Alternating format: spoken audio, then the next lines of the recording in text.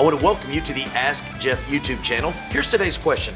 When Jacob was separating the sheep and the goats before he left Laban, what was the purpose of the tree rods being stripped to have white bands and, quote, being stuck in the ground? Well, this goes back to the book of Genesis, and we know that Jacob, who ultimately eventually would be renamed Israel, that he worked for Laban for 14 years for his respective wives. That being said, we know that he kept the cattle, and at the end of the story, he and Laban are going to, quote, part ways. Now, we know that Jacob was a manipulator. Not only does he manipulate this situation, which I'll deal with in a moment, but earlier he had manipulated his own brother Esau to receive the birthright and or the blessing. Now, he separates the cattle and he takes that which is spotted, striped, etc., and he brings them into his field and he takes these poles and he strips them down almost like candy striping them is kind of the illustration I would give, to which he described the purpose of that his cattle would come to these candy stripe poles and they would be more fertile, they would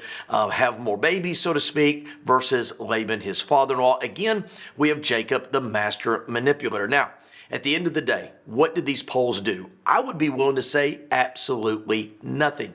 And here's why. Back in Genesis chapter 25, God made this statement to his mother that the younger would rule over the older. We know that Jacob was the younger brother.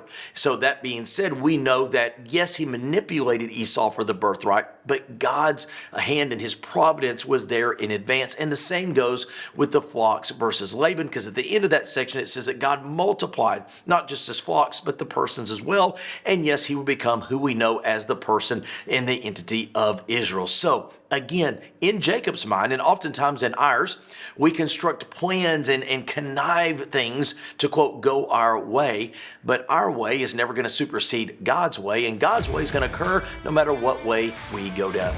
Great question. If you have one, send it to AskJeff.net. Maybe your question will be tomorrow's. Thanks for being a part of today's daily question. Now, we answer a question each and every day. Please feel free to submit a new question at AskJeff.net. We may not have gotten to yours today, but we eventually will continue to be a part of this. Subscribe so you don't miss out on a question every day.